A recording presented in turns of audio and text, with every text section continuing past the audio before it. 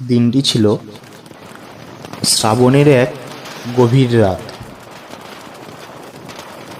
রাহুল, সুমন ও বিকাশ ওরা সন্ধ্যায় গিয়েছিল ওর বন্ধু রতনের জন্মদিন পার্টিতে।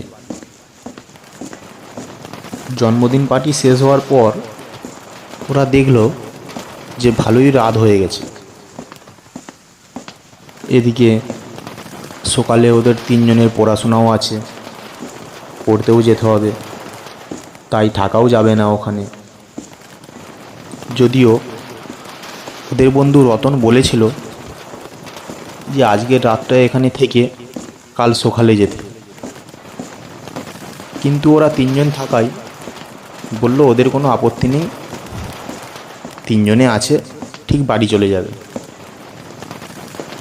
তাই ওরা রতনকে জন্মদিনের উইশ জানিয়ে বেরিয়ে পড়ল বাড়ির উদ্দেশ্যে।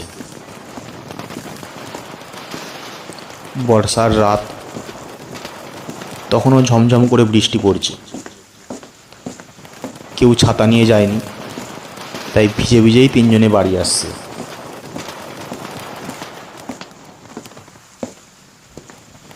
হঠাৎ রাহুল বলল, আচ্ছা, আমি বলি কি, এখন তো রাত হয়ে গেছে, তাই বেশি দেরি না করে ওই ভিতর রাস্তা দিয়ে একটা তো শর্টকাট রাস্তা আছে, ওখান দিয়ে যদি আমরা যাই তাহলে তো তাড়াতাড়ি বাড়ি পৌঁছে যাব। এই ঝড় বৃষ্টির রাতে অত দূর দূর দিয়ে না ঘুরে একটু না হয় রাস্তাটা খারাপ হবে, কিন্তু তাড়াতাড়ি তো বাড়িটা যেতে পারবো, তাই না সুমন বল? হ্যাঁ হ্যাঁ, সে তো বাড়ি যেতে পারবো ঠিক আছে, কিন্তু জানিস রাহুল, আমি ছোটোবেলায় শুনেছিলাম মা বলতো এই রাস্তাটা নাকি খুব একটা ভালো নয়। জানি না, কিন্তু মা বলতো নাকি এখানে ভূতের ভূতের ভয় আছে, সেই জন্যই আমার এই রাস্তা দিয়ে যেতে যেন কেমন কেমন লাগে, ওই জন্যই বলছিলাম।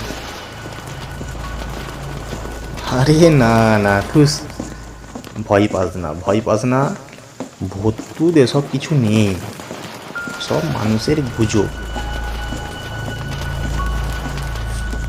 তারপর ওরা তিনজন সেই শর্টকাট রাস্তা ধরে হাঁটতে শুরু করলো। তখনও আকাশ কালো অন্ধকার ও ঝমঝম করে বৃষ্টি পড়ছে, সাথে বিদ্যুৎও চমকাচ্ছে। হঠাৎ তিনজন যেতে যেতে দেখলো যে সামনে যেন একটা দোকান খোলা, দোকানে আলো জ্বলছে, আর ভিতরে যেন কেউ একটা আছে। তিনজন তারপর সামনে গেল, সামনে গিয়ে দেখলো হ্যাঁ, সত্যিই একটা দোকান, চায়ের দোকান। ওই দোকানের ভিতরে আছে একটি বয়স্ক লোক।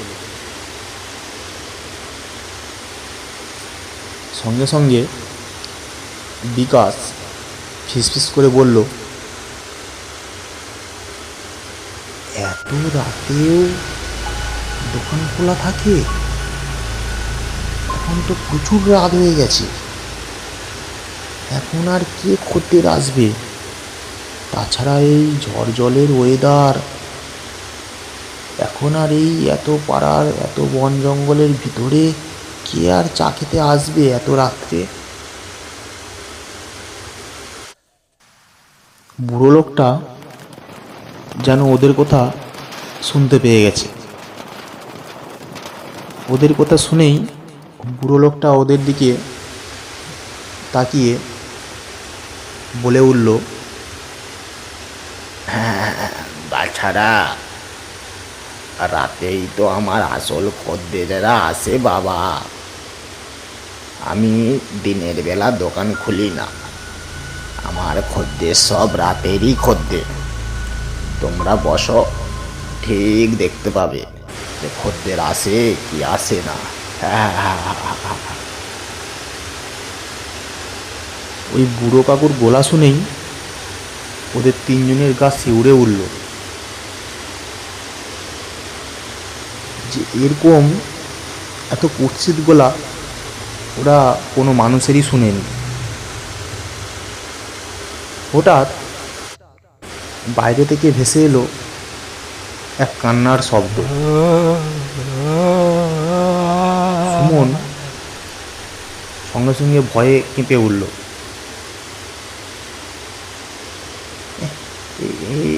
এই আওয়াজটা কোথা থেকে এলো? ঠিক চিনতে পারলাম না, কেমন যেন এটা তো সাধারণ মানুষেরও গলায় এরকম কান্নার আওয়াজ নয়। বুড়ো লোকটা তখনই হেসে উঠল। তার হাসি দেখেও তিনজন ভয় পেয়ে গেল, কারণ তার হাসিটা ছিল এতই কুৎসিত। বৃষ্টির বেগও আরও বাড়তে শুরু করলো।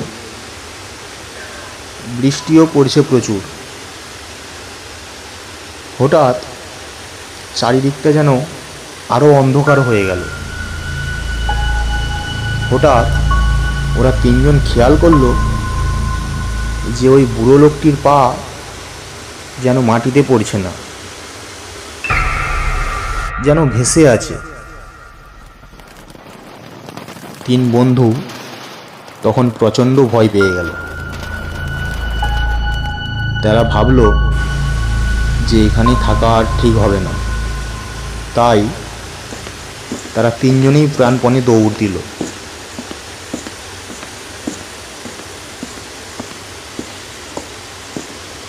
হঠাৎ তিনজনে দৌড়তে দৌড়তে শুনতে পেল যে পেছন থেকে যেন সেই বুড়ো মানুষটা হাঁক দিচ্ছে,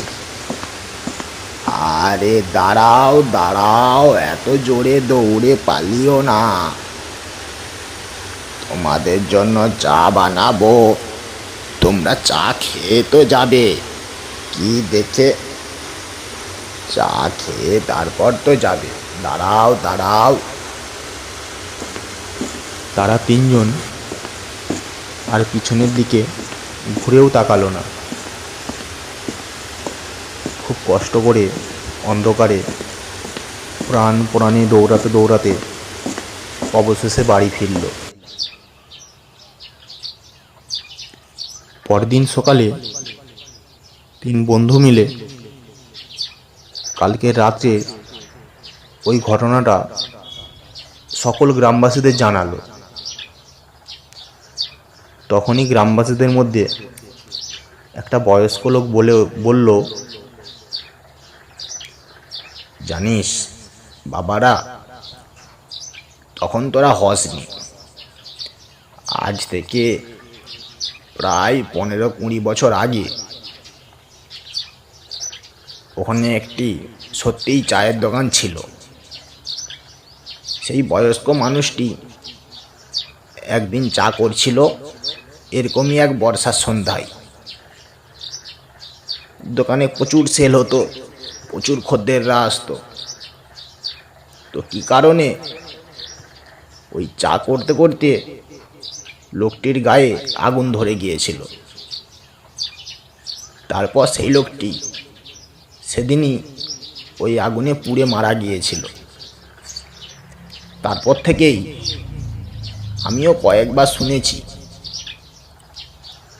যে ওখানে ওই দোকানদারটা আজও নাকি ওই চায়ের দোকানটা খুলে বসে থাকে। সেই জন্যে আমরা কোনোদিনও রাত্রেবেলা ওখানে আর যাই না। আর বাবারা, তোমরাও কেউ যেও না এরকম রাত্রে ওই চায়ের দোকানে। ভগবান মঙ্গল করুক যে তোমাদের বিপদ হয়নি।